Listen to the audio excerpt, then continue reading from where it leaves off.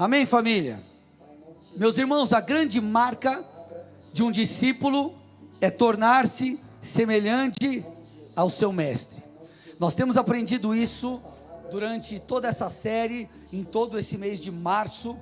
Então, como filhos e filhas de Deus e discípulos do nosso Senhor, cabe a nós andar como Ele andou. Contudo, meus irmãos, tal comportamento não se dá apenas porque Jesus é um modelo a ser seguido. Nós fazemos e devemos fazer isso como um ato de amor. A nossa obediência, ela tem como princípio a adoração. Jesus não é para nós, como alguns dizem, um mestre da moral. Alguém que veio para ensinar as pessoas a ter uma boa conduta, a ser bom para com seus filhos, a ser bom com o próximo. Na verdade, o nosso relacionamento com Deus e a nossa obediência, a nossa mudança de comportamento é simplesmente uma resposta de amor, porque um dia nós fomos amados.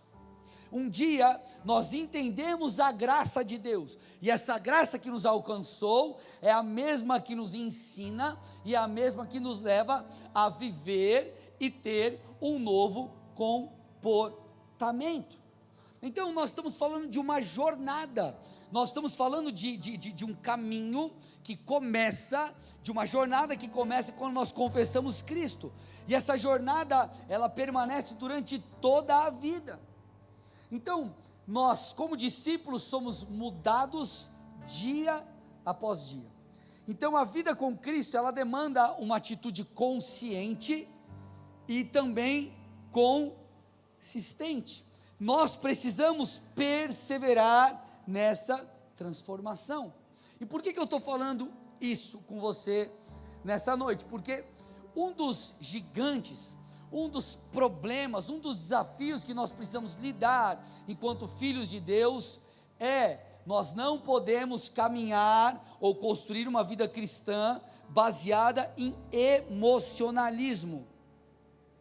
A nossa fé, a nossa busca diária, o nosso serviço a Deus, a nossa entrega, o nosso chamado, ele não pode ser fruto, meus irmãos, de uma espécie de hype, de algo momentâneo, mas sim de uma decisão consciente de seguir a Cristo.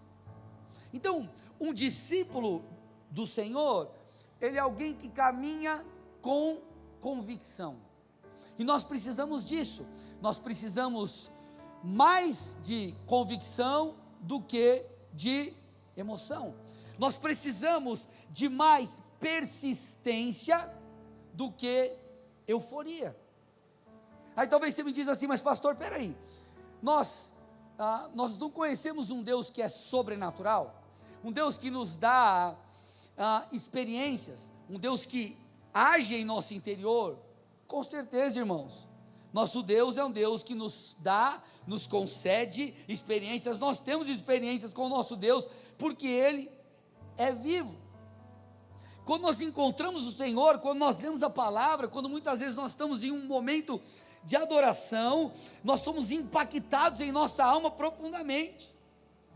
Nós sempre diante de Deus estamos recebendo coisas novas. O Senhor sempre está nos ensinando, está nos purificando, está nos limpando, está nos fazendo crescer. Nosso Deus é um Deus de coisas novas. Paulo fala isso aos Coríntios. 2 Coríntios 4,16, Paulo exorta a igreja, encoraja a igreja, e ele diz: por isso não desanimamos. E ele explica: pelo contrário, mesmo que o nosso ser exterior se desgaste, mesmo que você fique mais velho, mesmo que a coluna comece a travar, esses dias, irmãos, o 4.0 está quase lá. Fui treinar, até mandei mensagem para o pastor Marcel, falei: rapaz, fui treinar, achei que eu estava apavorando. Cheguei em casa, sentei no sofá, fui levantar, fui pegar uma sacola, irmãos, não dava para abaixar, eu tive que abaixar assim, ó. Aí deu uma segurada nos treinos, agora de manhã quase travou minha coluna de novo aqui no culto. Misericórdia, desgraceira. Agora, ainda que o ser exterior se desgaste, o nosso ser interior se renova a cada dia. O nosso homem interior continua clamando e desejando Deus sobre todas as coisas. Então, por mais que nós enfrentemos desafios, Deus sempre está produzindo algo novo em nós. Porém, gente, para que nós possamos viver esse algo novo, receber esse novo de Deus, continuar crescendo em Deus, nós precisamos ser consistentes na nossa fé. Nós precisamos ser constantes na nossa busca ao Senhor. Nós não podemos ser reféns daquilo que eu chamo de efeito novidade. Efeito novidade.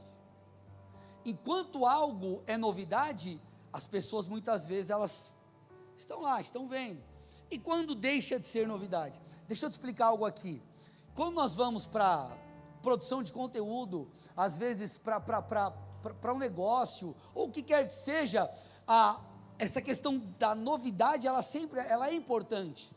Então você vai postar, vamos supor, se você é alguém que gosta de postar coisa no Instagram, você vai postar uma coisa no Instagram, daqui a pouco você tem que mudar, você muda o fundo, você muda a roupa, você muda o corte, você muda a abertura, você vai mudando as coisas. Por quê? Porque você quer chamar atenção.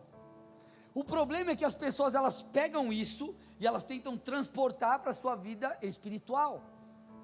Só que deixa eu te explicar um princípio muito importante. O novo de Deus vai exigir que você seja consistente nas velhas práticas.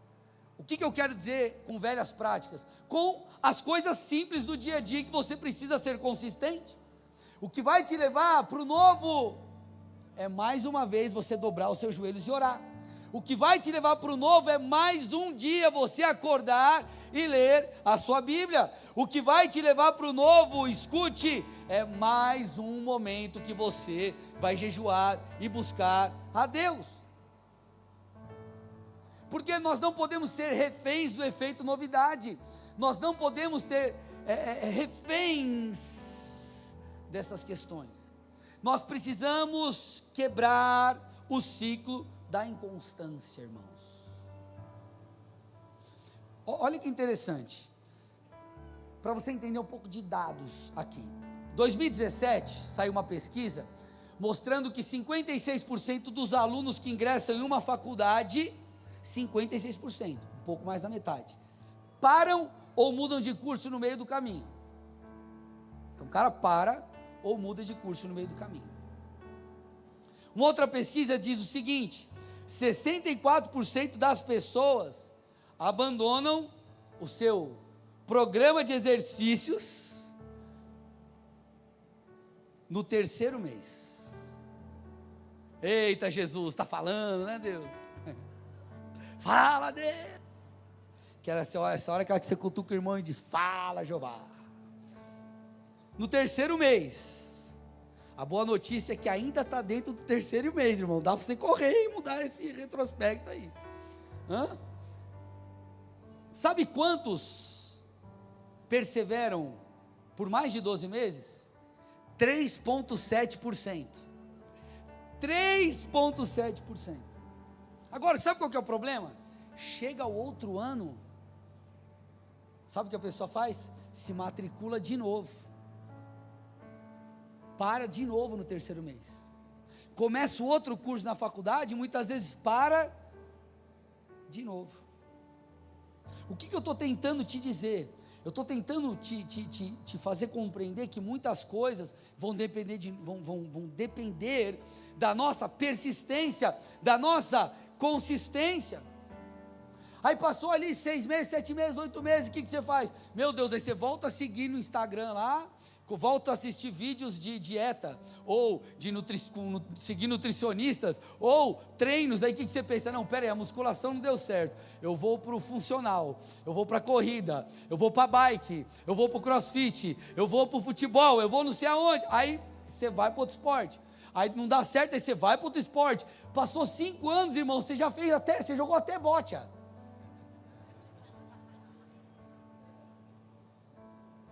Até jogador de boliche você virou.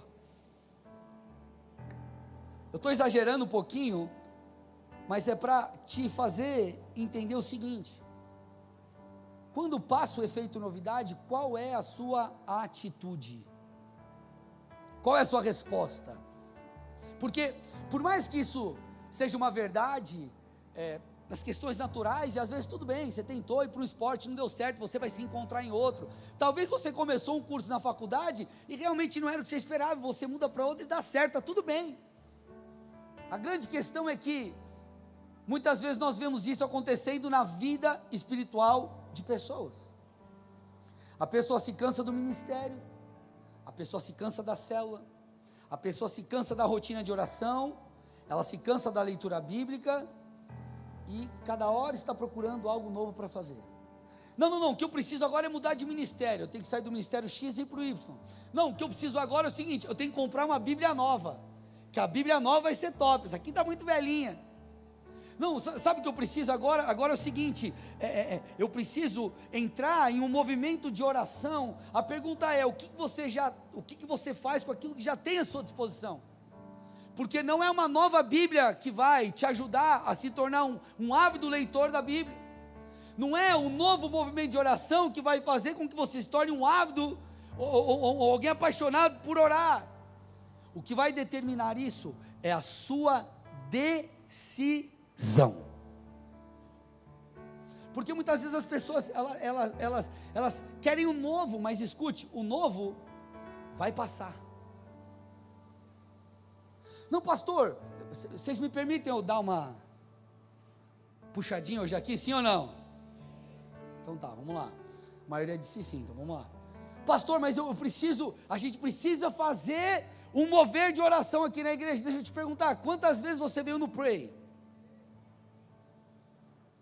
Pastor, nós temos que fazer aqui, não sei o quê. Irmão, peraí, avalie o que tem, avalia como tem sido a sua vida. Porque às vezes nós estamos tão presos a esse efeito novidade, e nós não paramos para avaliar que o impulso vai passar. O impulso é importante, irmãos. Nós estamos às vésperas de uma conferência, a conferência vai tocar, Deus vai tocar a sua vida na conferência, amém? Agora, como vai ser a sua vida depois da conferência? Porque a pessoa vem na conferência, ela é renovada e passa, e fogo de Deus, sai no fire. Aí daqui a pouco a pessoa não lê mais a Bíblia, não ora, deixa para lá e a chama se apaga. Meus irmãos, nós precisamos enxergar a beleza por detrás do dia a dia com Deus.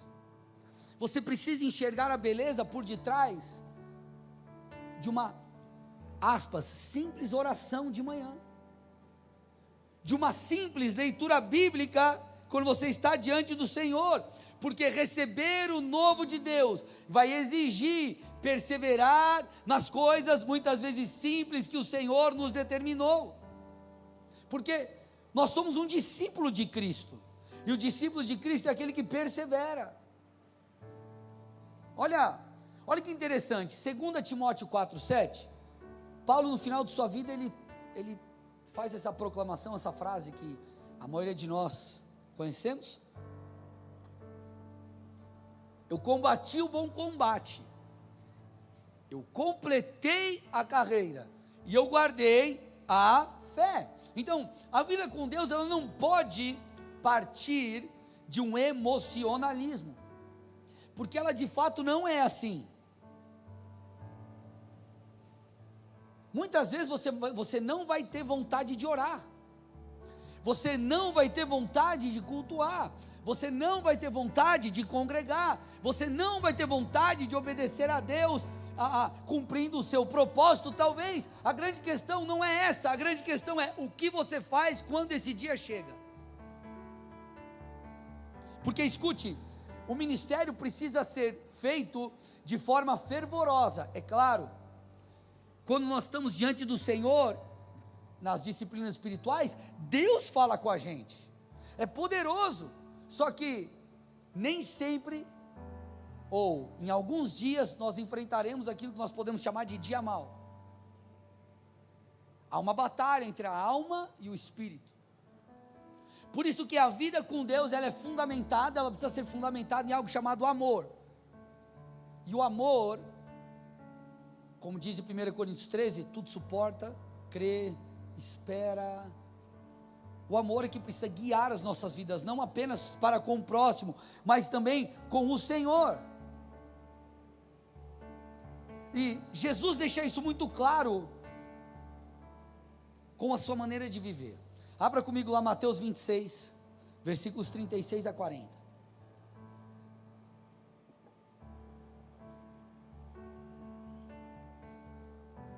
Em seguida, diz o texto, Jesus foi com eles a um lugar chamado Getsêmani. E ele disse aos discípulos: sentem aqui enquanto eu vou ali orar. Levando consigo Pedro e os 2 filhos de Zebedeu, começou a sentir-se tomado de tristeza e angústia, porque ele sabia que ele estava prestes a ser crucificado, amém? Preso, crucificado. Então lhes disse: a minha alma está profundamente triste até a morte, fiquem aqui comigo e vigiem. E adiantando-se um pouco, prostrou-se sobre o rosto e orando e dizendo: meu Pai, se é possível, que passe de mim esse cálice, contudo, não seja como eu quero, e sim como tu queres. Versículo 40, e voltando para os discípulos, os achou dormindo, e disse a Pedro: então nem uma hora vocês puderam vigiar comigo? Então perceba, Jesus está enfrentando a sua maior luta. Ele estava prestes a ser morto e crucificado, preso, crucificado, e toda aquela história que você já sabe. Então, sabendo também que haveria essa desconexão dele com o Pai, no sentido de tomar sobre si todos os pecados da humanidade, Jesus sabia o que ele enfrentaria, fisicamente, espiritualmente. Ele sabia a profunda rejeição que ele estava diante dos seus olhos. Só que Jesus nos ensina uma lição. Ele diz assim: Pai, em oração, se possível afasta de mim esse cálice, contudo que não seja feita a minha vontade, mas a tua. Jesus nos deu o exemplo, mas quando nós olhamos para Pedro, Tiago, João, nós olhamos para os 3 ali, eles representam muitas vezes a mim e a você, porque Jesus chega perto deles e quando os observa, vê que eles estavam dormindo. E muitas vezes nós estamos assim, em momentos de grande batalha em nossas vidas, em momentos desafiadores, em momentos talvez de extrema importância, que demanda eu e você estarmos prontos, vigiando e orando, e o Senhor nos encontra dormindo. Mas nessa noite, irmão, Deus vai erguer você, o Espírito Santo vai te levantar, e você perceberá: ei pastor, sim, eu sei, eu estou dormindo, mas nessa noite eu tomo uma decisão.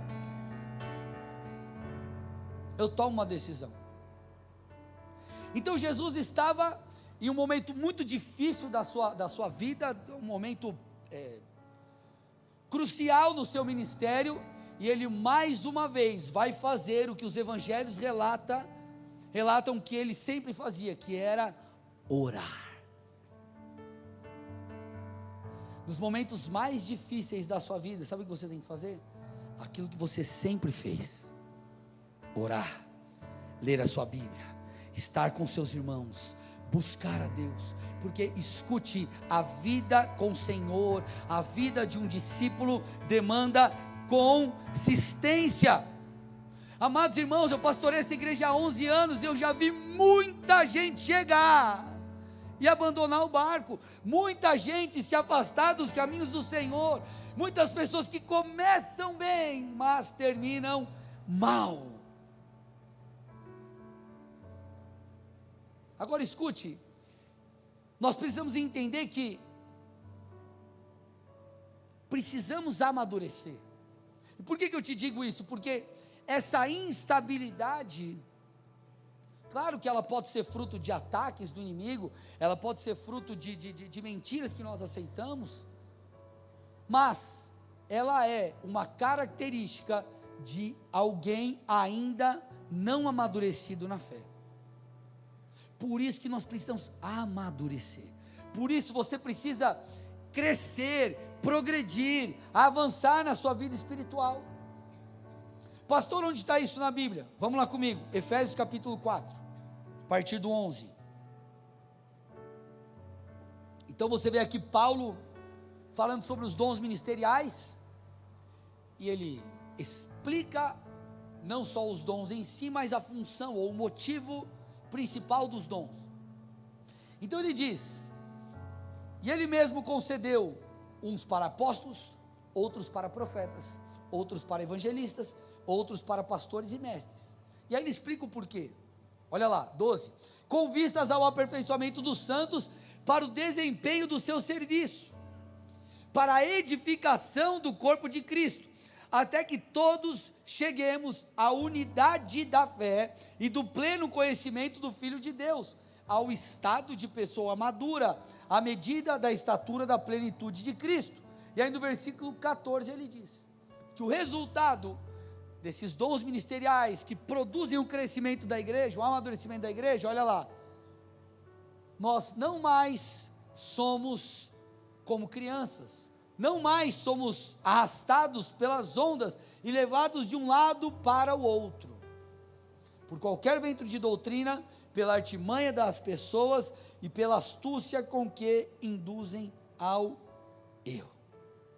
Então ele está dizendo: ei igreja, o Senhor levanta apóstolos, profetas, mestres, evangelistas, pastores, com o fim de edificar a igreja, para que a igreja caminhe em unidade de fé, para que a igreja amadureça, para que a igreja seja capacitada e para que a igreja não seja instável, para que a igreja caminhe por fé e não por vista, ou entenda por isso, sentimentos, emoções, ou aquilo que está diante dos nossos olhos. Paulo falando aos Coríntios, lá em 1 Coríntios 15, 58, ele diz assim, meus amados irmãos, 1 Coríntios 15, 58, sejam firmes, inabaláveis e sempre abundantes na obra do Senhor, sabendo que no Senhor o trabalho de vocês não é em vão. Certamente você já se frustrou com algo ministerialmente falando. Paulo também. Só que a Bíblia deixa claro, o comando aqui do Senhor é: apesar de tudo isso, seja firme, seja inabalável, seja abundante na obra do Senhor, porque o trabalho de vocês não é vão. Então perceba, olha a consistência, a constância, o que a Bíblia nos manda fazer, ser, nos tornar. Lá os Tessalonicenses, 1 Tessalonicenses 5,17, Paulo diz: orem sem cessar. Então ele está dizendo: seja constante, perseverante, consistente, não dependa de um movimento, de um efeito novidade. Os impulsos são importantes, mas ele é apenas, muitas vezes, aquilo que vai fazer você dar os primeiros passos. Você já percebeu como é uma criança? Uma criança, você compra um presente para o seu filho, para a sua filha. Você comprou lá a boneca no Natal, no aniversário, você deu um presente. Aí você foi lá e comprou aquela pistinha do Hot Wheels. Pistinha é só uma forma singela de falar para aquela pista top. Aí você compra, da hora tal, você compra, o piá fica fascinado.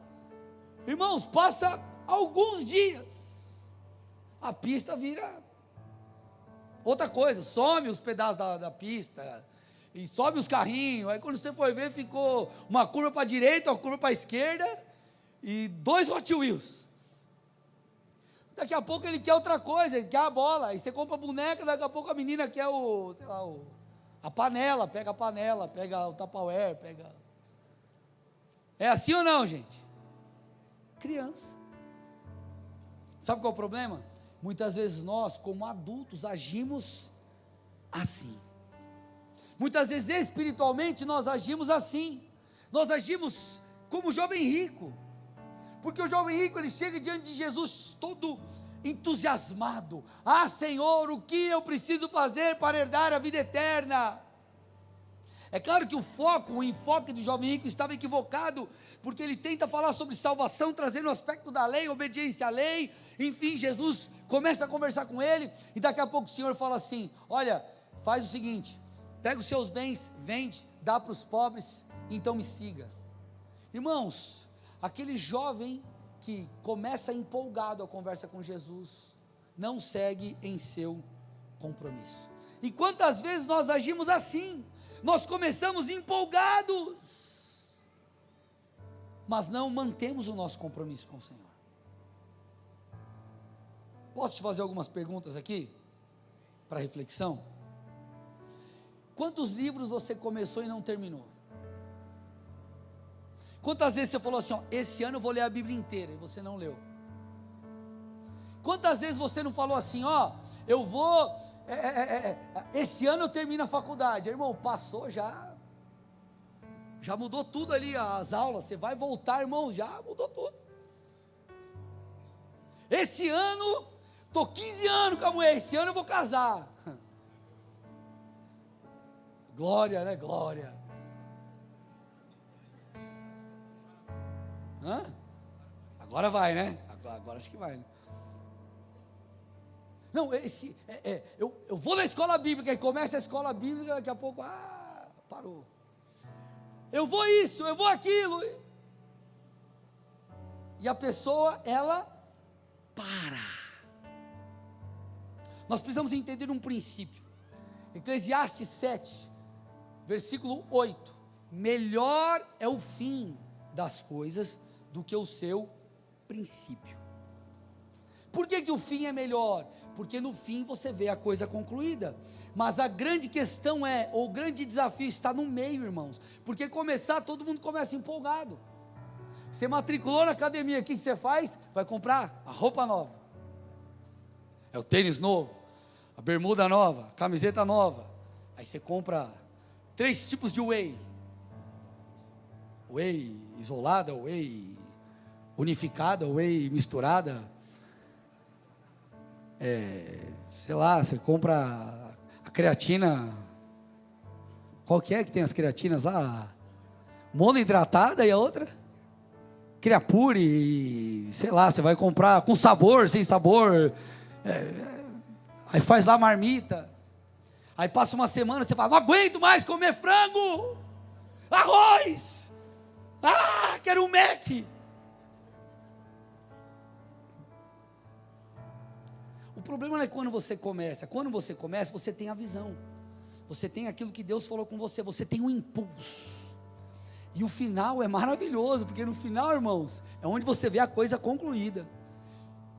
Quem aqui você construiu sua casa, alguma coisa, deixa eu ver, você lembra quando você fez o projeto, seja um projeto com arquiteto, ou um projeto na cabeça, ou no papel de pão, você fez lá um desenho lá, você fez o projeto, uau, que lindo, empolgou, foi lá, pegou o 13º, PLR, começou, foi lá, parcelou, foi carnê não sei aonde, e foi indo, foi embora, uau, vai ficar pronto minha casa, meu quarto, meu cantinho, irmão, chegou no meio do caminho, você, rapaz, parede era para ficar assim, ficou assim, ficou tudo torto, eu vou gastar X, o X, irmão, virou alfabeto. A, B, C, D, E, F, até o Z.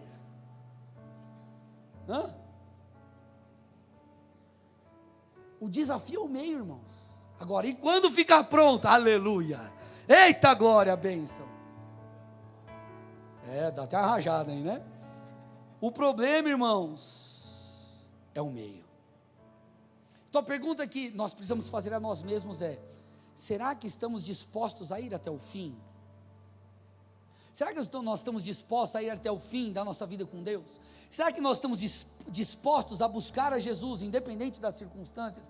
Será que nós estamos dispostos a cumprir o nosso chamado? Será que nós estamos dispostos a orar, mesmo sem vontade? Será que eu estou disposto a ler a Bíblia, ainda que naquele dia eu não queira?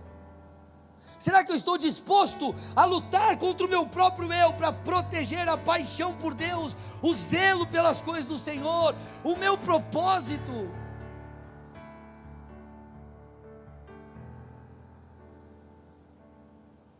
Porque muitas vezes nós gritamos, a nossa alma grita: eu preciso de algo novo. E talvez para você acessar o algo novo, você precisa fazer aquilo que é velho. Você está entendendo o que eu estou dizendo, né? Fazer aquilo que você não deveria ter deixado de fazer.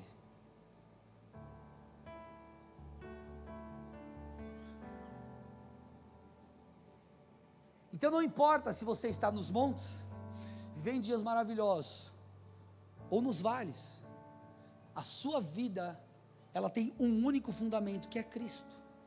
E você constrói todas as coisas a partir desse fundamento, a partir do Senhor. Porque, escute, a vida com Deus, ela não é fundamentada em uma experiência, mas em um relacionamento. Eu dei esse exemplo de manhã e cabe aqui. Por que nós vemos às vezes casais que parece que do nada, meu Deus, mas acabou, olha como que deu isso. Eu olhava lá na rede social, o cara viajava para lá, viajava para cá, estava toda hora dando rolê, sorrisinho, parecia que estava tudo bem. Eles não estavam construindo algo sólido, não era um relacionamento, eram experiências. E por vezes na vida com Deus é assim, nós queremos experiências, mas não queremos um relacionamento. Você quer receber um toque, mas você não quer dobrar os seus joelhos no dia difícil e adorar a Deus apesar das circunstâncias. Você quer viver com Deus como se a vida com Deus fosse um botão, eu aperto o botão e eu acesso aquilo que eu quero. E nós precisamos entender que Deus pode fazer muitas coisas em nós e através de nós, ou melhor, Deus pode fazer muitas coisas por nós e através de nós, mas o que Ele mais quer é fazer algo em nós. Nós muitas vezes estamos focados no resultado da unção de Deus, sendo que nós deveríamos estar mais preocupados no fruto que devemos manifestar. Inclusive as experiências que nós recebemos, ela é fruto de um relacionamento e não fruto de um botão. Porque quando você, fazendo um paralelo com o casamento, você constrói um relacionamento dentro de casa, não importa se você está comendo sushi ou sushicha, você está feliz. Não importa se é um sushi de salmão ou um sushi de vina. Corta a vina, irmão, dica, corta a vina, enrola ali, ó, sushicha, top, joga um negocinho em cima assim, ó, acabou, fica bonito, ó, fez moral com a patroa, não importa, vocês estão construindo um relacionamento. E com Deus é a mesma coisa. Ah, Deus, eu quero a cura. Tudo bem, muitas vezes Deus vai te curar. Deus, eu quero a bênção. Mas espera aí. E o que você vai fazer depois da bênção? O que você vai fazer depois daquilo que você recebeu? Olha que interessante, abra lá comigo, Mateus capítulo 13, a partir do versículo 3.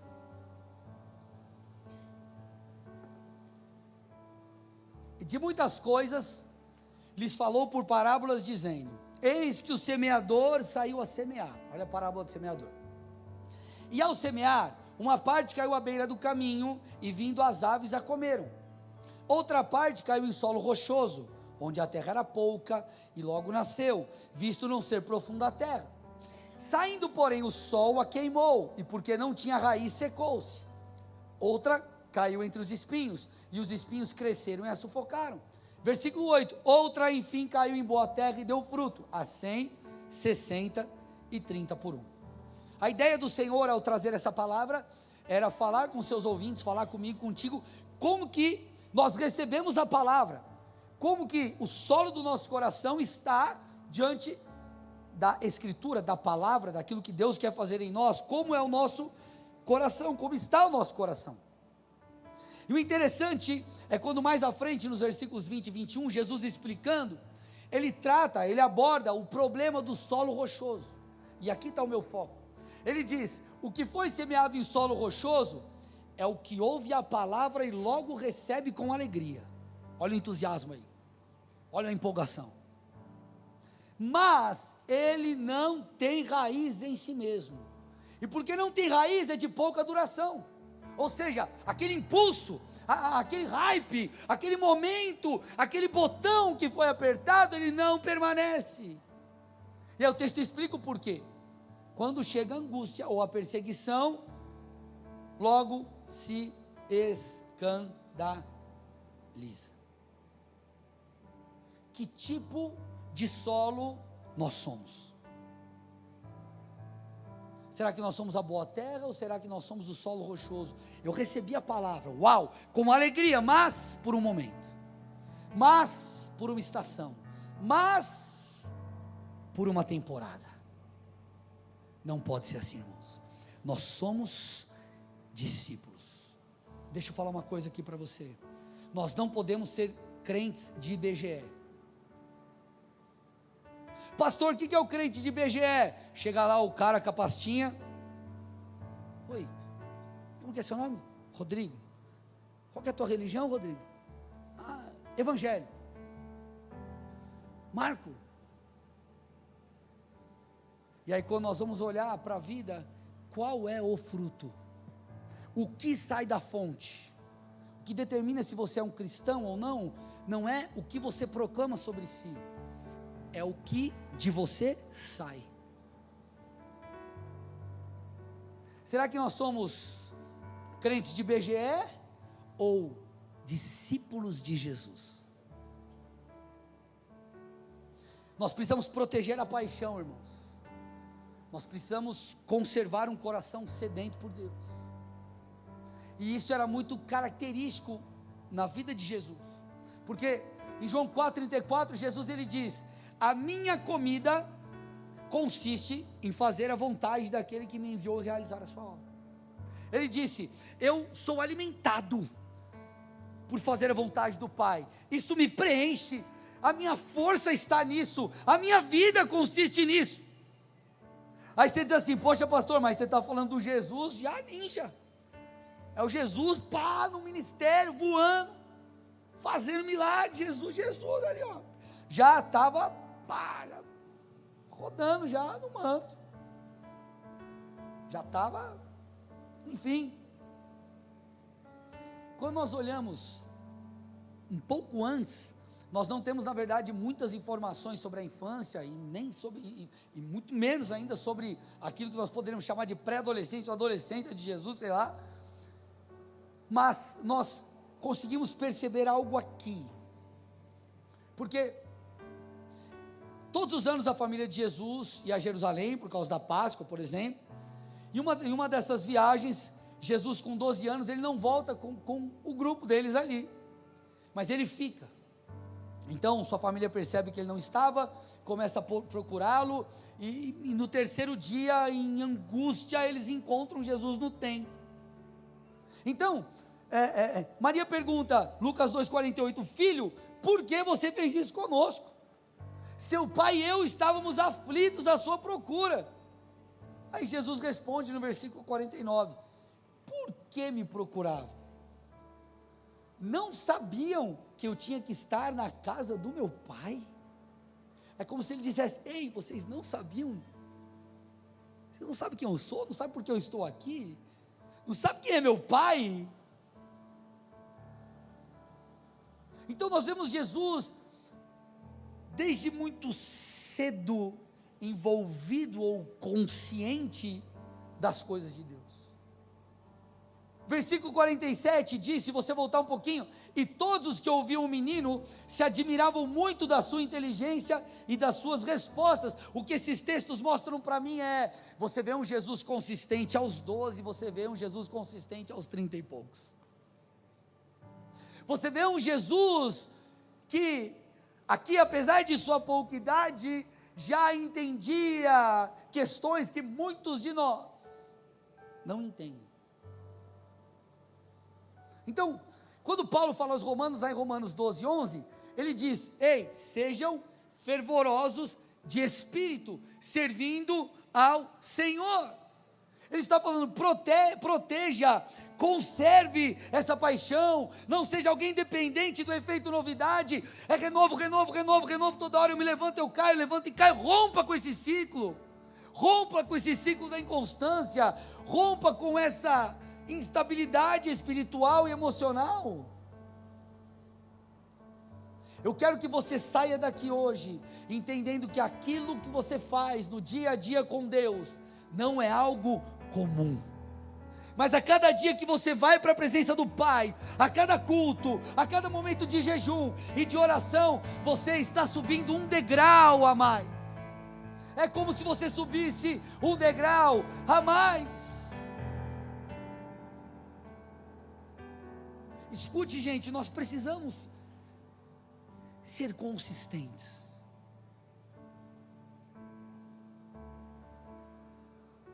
Se nós olharmos para a vida de Jesus, nós vamos perceber esses degraus, um passo após outro, até que nós chegássemos no cume, porque Jesus, a vida, morte e ressurreição de Cristo, era o cumprimento, era o ápice da história de Israel.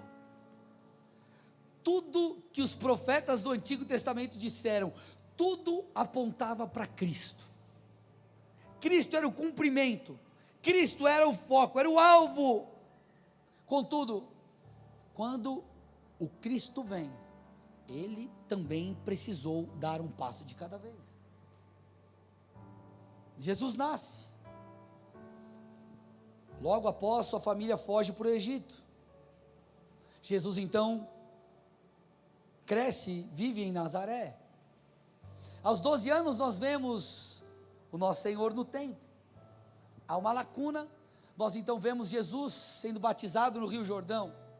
Nós vemos Jesus sendo tentado no deserto, nós vemos Jesus começando o seu ministério, nós vemos Jesus ensinando, trazendo lições poderosas, nós vemos Jesus curando enfermos, libertando os cativos, nós vemos Jesus escolhendo os discípulos, nós vemos Jesus em conflito com os líderes religiosos, nós vemos mais à frente Jesus trazendo clareza e falando para os seus discípulos, ei gente, eu vou precisar morrer, para que tudo se cumpra. Nós vemos então Jesus em sua entrada triunfal em Jerusalém, nós vemos Jesus no Getsemane, nós vemos Jesus sendo julgado e crucificado, mas nós também vemos Jesus ressuscitando. Nós vemos então depois disso a aparição a muitas, a centenas de pessoas. Nós vemos depois a grande comissão, o Jesus ressurreto comissionando os seus. Nós vemos então a ascensão aos céus e a descida do Espírito Santo sobre a igreja. Nós vemos um degrau após outro. E nós vemos o Cordeiro de Deus se submetendo à vontade do Pai, e mesmo no dia mau, sendo consistente. Sabe qual é o problema, gente? Nós vivemos em uma geração que nós estamos acostumados com tudo rápido. Agora, na vida com Deus nem tudo é tão rápido. Quem ia na locadora, alugava filme, e depois você tinha que, se não tinha, você tinha que esperar para quando tivesse o filme disponível. Quem tinha que esperar Trapalhões para você assistir? Quem tinha que rebobinar a fita? Tinha uns que tinham umas técnicas diferentes. Hoje você chega, ó. E aí se sai a série lá, um episódio é segunda, o outro é só na outra segunda. Ah, meu Deus do céu. É desespero. Você coloca, vai esquentar a comida no micro-ondas, 1 minuto e 30. Quando dá 1 minuto e 10, você abre o micro-ondas e fala, vou comer essa desgraça.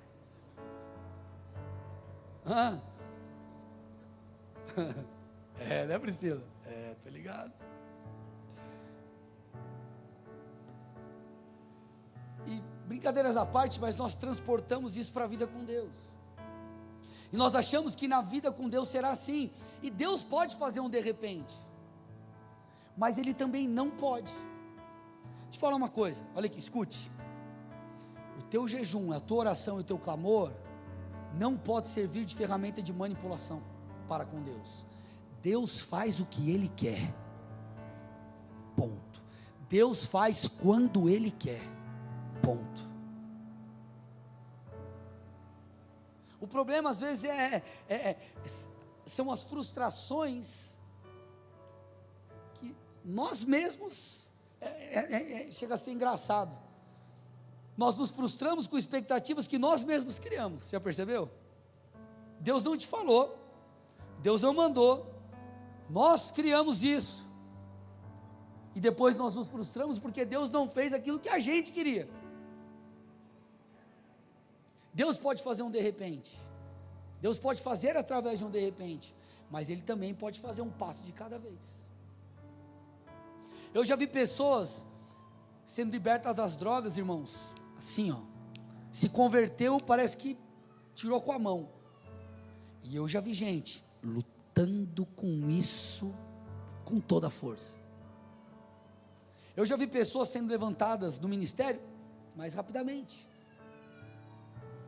escolha divina, e eu já vi gente que demorou muito tempo.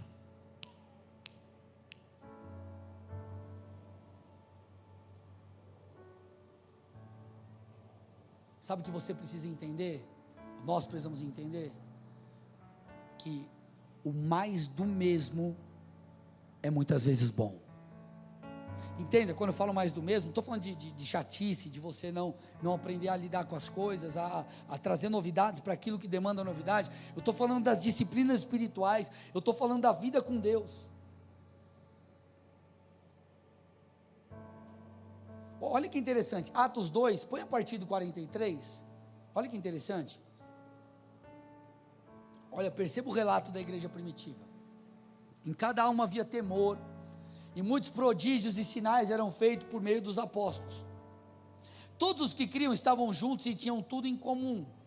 Vendiam as suas propriedades e bens, distribuindo os produtos entre todos, à medida que alguém tinha necessidade. Põe o 47, vamos pular aí. Louvando a Deus e contando com a simpatia de todo o povo.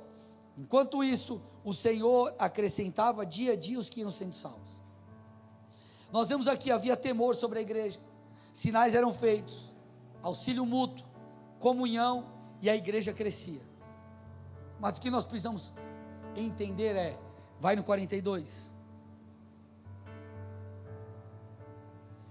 e perseveravam na doutrina dos apóstolos, na comunhão, no partir do pão e nas orações. Vai no 46, diariamente, perseveravam unânimes no templo, partiam pão de casa em casa, e tomavam suas refeições com singeleza e alegria de coração. Queridos, nós queremos os efeitos, nós queremos o crescimento, nós queremos as bênçãos, mas nós nos esquecemos daquilo que produz todas essas coisas. Meu Deus, mas na igreja havia temor, os sinais estavam ali, auxílio mútuo, olha os corações transformados, olha que unidade na igreja, olha a comunhão, olha, Deus ia acrescentando os que iam sendo salvos, mas a Bíblia diz, eles perseveravam, dia após dia, aprendendo, orando, clamando, buscando, se posicionando. O caminho do sobrenatural é muitas vezes pavimentado por coisas naturais. O caminho do sobrenatural é pavimentado por constância e consistência.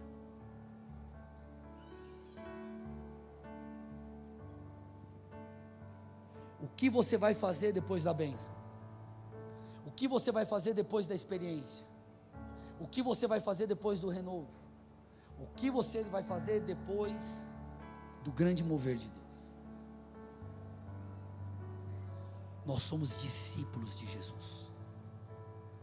Se Jesus está indo curar um enfermo, eu vou. Mas se Ele estiver indo para a cruz, eu também preciso ir. Irmãos, escute. Não seja um cristão de IBGE, por favor. Não seja um cristão superficial, pelo amor de Deus. Gente, nós temos acesso a tantas coisas hoje. Nós temos acesso a tantas coisas. Eu ouvi esses dias, para fechar aqui, eu ouvi esses dias um pastor comentando um relato, não sei qual nação, a igreja perseguida, mas a família passava uma semana com, eu não lembro se era a Bíblia toda, um trecho da Bíblia. E quando chegava a outra semana, tinha que passar para uma outra família. Eles entregavam a Bíblia com dor no coração, porque ele não ia ter mais escrituras nas mãos. Hoje você tem Bíblia, capa de couro, corino, rosa, branca, preta, desenhada, leão colorido, leão dourado, leão cabeludo, só falta ter leão careca. Tudo que é tipo de capa de Bíblia frufru, Bíblia sem frufru, Bíblia de estudo do pregador, Bíblia de estudo do jogador, do preletor, tudo. Mas a gente não consegue sentar e ler. Você tem 300 mil louvores, a gente não consegue orar.